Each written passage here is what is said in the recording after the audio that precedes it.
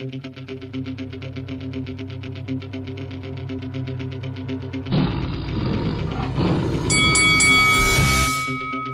this is Carl the Cobra Frutch, and you're watching Lights Out.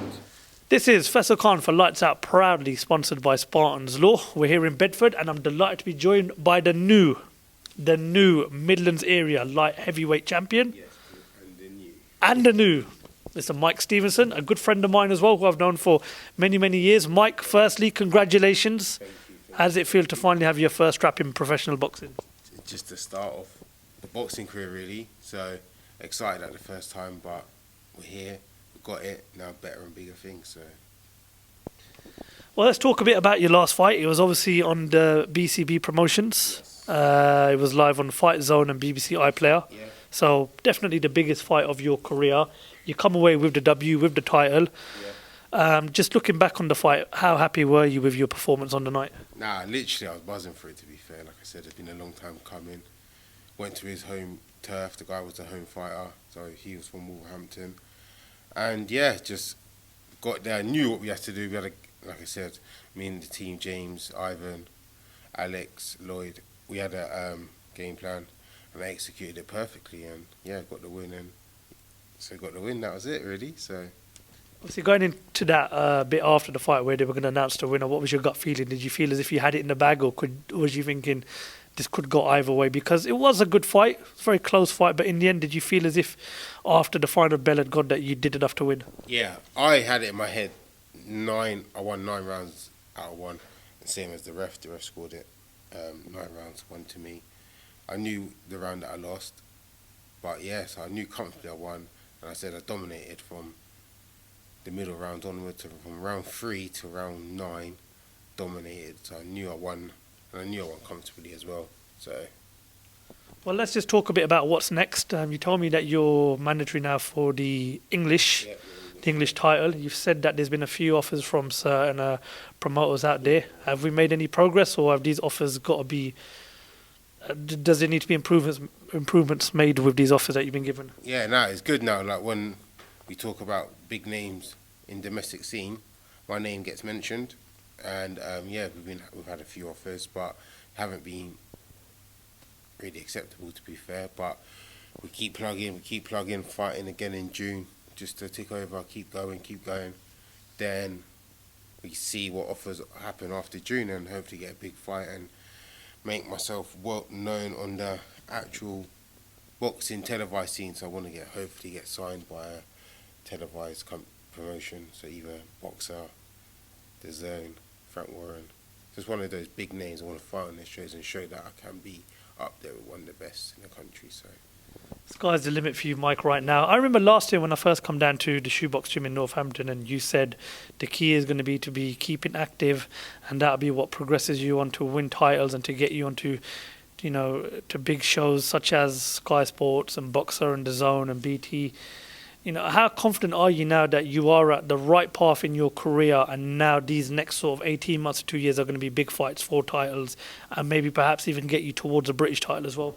yeah, so like I said, the aim was to be active, and we've been active actually. We've had 5 fights in like 12 months, so one fight every 2 months, 3 months, which is good for me, to be fair. I had 4 fights in 4 years previously. But like I said, I got a new team, got a great team in Team Shoebox, great manager, Errol, BCB lot. They work well together, they keep me active. And like we said, the aim is, like I said, big fights, bigger titles, and big nights. So that's the new aim and what we're trying to progress in the 12 to 18 months. So yeah. Obviously, we mentioned that you do hold the light heavyweight Midlands area title. You've campaigned at super middleweight. What's the plan going forward? Is it going to be £168 or £175? Where do you feel comfortable at, and where would you like to see your future set at? Like I said, I can do 168 or 175. Depends where the opportunity is at. That's the difference. So it depends where the opportunity is at. It depends what I fight at. We've had offers for 168, which we happily would have took, or 175, which we're comfortable at. And like I said, I'm strong at both weights, so whatever weight that comes, we'll take. So, yeah. I mean, I've been down the Shoebox a few times. One of the most interesting gyms I've visited, and I've got to say that the togetherness there is on another level. You've got a good trainer as well, good fighters such as Kieran Conway, Ethan James coming out of that gym. What is it that the team Shoebox has done differently with you since you've gone over to them? You know, and what are the future plans? I mean, are you hoping to stick around with them? And if so, I mean, I'm pretty sure that this is just the start with you, and they're going to mold you into a complete different animal as time goes on. Yeah, like I said, and I will finish my career at Team Shoebox. Like I said, I'm grateful for the opportunity, what James actually and his team actually gave me. Like I said, I didn't come from a big amateur pedigree, and like you said, he comes from, like for example, Ethan, Commonwealth gold medalist. That's the caliber that James was working with, and like we said, I had a few white collar fights, weren't experienced, and James took me on board and trusted me and believed in me, and it proves in my last fight that what we aimed for, and we got it in a year of actually fighting. So it only was a year of fighting, but what's different in Shoebox? I think to be the best, you have to be around the best, and we have great fighters in our gym. Literally, I always say our gym is probably one of the best gyms in the country. I'll start from the top. We've got Kieran, we've got Ethan. Ethan will be a world champion. He's 22 and he's probably one of the best fighters I've ever seen. And I've seen lots of fighters. We've got Ben Vaughan, yeah, ex-GB Commonwealth medalist. Like I said, over 100 fights. He's fighting on June the 2nd in my show. He's fighting for Midlands title on his like 4th fight. We've got Dempsey, hard as nails. Experience. We've got Clint, who's just joined to our gym. He's come from a good amateur pedigree. For example, he's had 2 fights with Richard Yakpour, won one, lost one, and that's that caliber we're working with on that level. We've got Big Dan Lorenzo, we've got Sam Daly, so we've got little magician Nico. Yeah, so we've got our girls actually, first girl pro coming through Shoebox called Doino's fighting on our show in June. So I think it's just our team bonding, and when it's time to be serious, we perform, and it shows in our performances. We have big fights, big nights, and we do deliver. And when it's time to joke around and banter, we can have a laugh. But when it's time for serious, we're all there and we all support each other. So if one of us fights, we all buy a ticket to go support them. So I think that's the difference, to be fair. And like I said, our coaching team's amazing. We've got James, we've got Ivan, we've got Lloyd, we've got Alex, and they're probably one of the best coaching team in the country, I say. World level. They're world level coaches. So that's the difference. And I think for me, I pick up knowledge and I pick up information. So all the time I'm asking, how do you do this? How do you do that?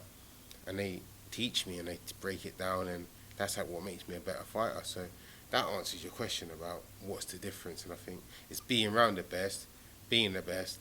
I could tell you some stories about when I first ever went and how bad it was. But you know what I'm going to tell you? I'll tell you a few stories about... Just picking this back up, by the way. Yeah, just tell you a few stories about when I first ever went to Shoebox. Asked James. To be fair, James used to do training sessions out here in Bedford. And I was scared to ask him to come. I didn't have a trainer or nothing. I was free agent. And I wanted to... and I used to see Ethan and that fight on TV and Kieran, and I was like, I want to be like that. So I asked James, I was like, I have no experience, can I come down? And I thought he'd say no. He goes, come sparring on Sunday. This is just a big, 2-3 months into COVID-19 lockdown. Professional athletes were allowed to train then, so I went over there. I was overweight, weren't training. He goes, yeah, you're sparring. I was like, cool, get in the ring. Guess who I sparred against? Kieran Conway. Yes.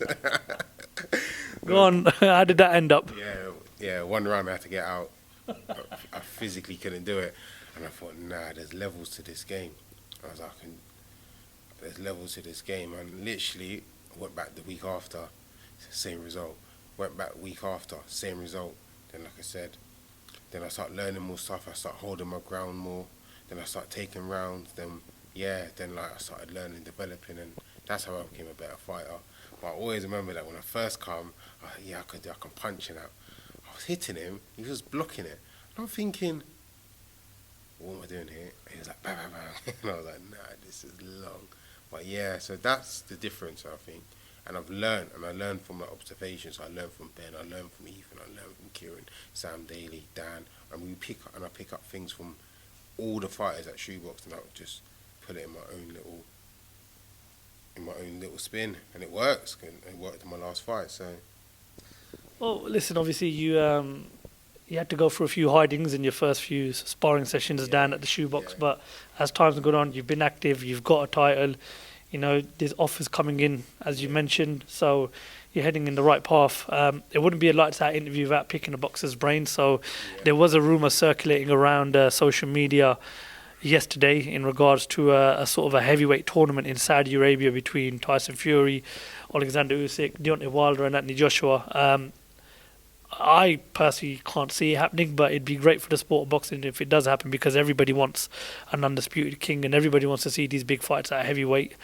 And do you believe that sort of tournament happens, and do you think we're going to get these big fights at heavyweight, Mike? For the boxing, we need it. We need those big fights now. Like I said, it's starting to happen now with like Tank and Garcia. Haney Lomachenko. Yeah, Haney Lomachenko, which is not a super fight, but is up there, and the big fights can happen. And I think hopefully the Tank and Garcia fight can actually spurge fights like Crawford and Spence, Fury and Usyk. We need those big fights now, and like I said, we want it to happen, but until it's going to happen, we don't do it, because like we said, look at Fury and Joshua when they were supposed to fight. Was it 2 years ago in August? It was all posters, pictures in Saudi. It was like in August time they were supposed to fight, and it didn't happen, and everything was agreed apparently. So until we actually see them two at our press conference, everything signed, delivered, they've got a date, they've got a location, I'm not buying it no more. Like I said, we need to see Fury Usyk. We need it undisputed. The women are doing it. They're doing it amazingly now.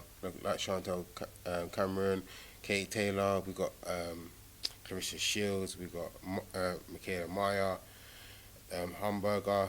Then we got, like I said, Savannah Marshall against fighting for you. So the women are doing it. Savannah sisters. So they're doing it. So I think we need to men, as a boxing at all, we need to take a leaf out of the women's book now and actually start big fights and big nights. But I would like to see it happen. I still think that Fury's number one. I think he's number one still. I think he's too big, too strong, too quick. I think the only person possibly that I could see beating him is Joe Joyce. Joe Joyce, I think Joe Joyce beats Usyk. And I think Wilder knocks out Usyk. And I think Joe Joyce beats Wilder, to breaks him down. With Wilder, all it takes is one punch.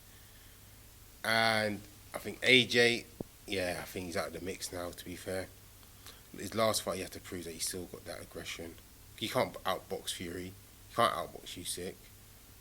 With those heavyweights, you have to go for a knockout. And I think, like I said, I think he's had his time.